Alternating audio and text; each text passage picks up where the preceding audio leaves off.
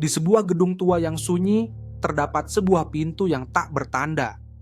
Malam itu, suara aneh mulai terdengar, seperti bisikan yang memanggil.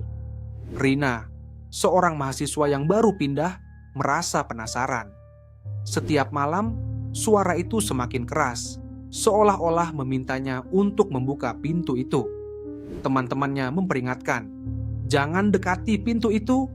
Tapi rasa ingin tahunya mengalahkan rasa takutnya. Suatu malam, dengan hati berdebar, ia mendekati pintu. Dia memegang gagang pintu yang dingin dan menariknya. Pintu terbuka perlahan, menampakkan kegelapan di dalam. Di dalam, Rina melihat ruangan kecil yang penuh debu, dengan dinding bertuliskan pesan misterius. "Jangan cari tahu, mereka menunggu."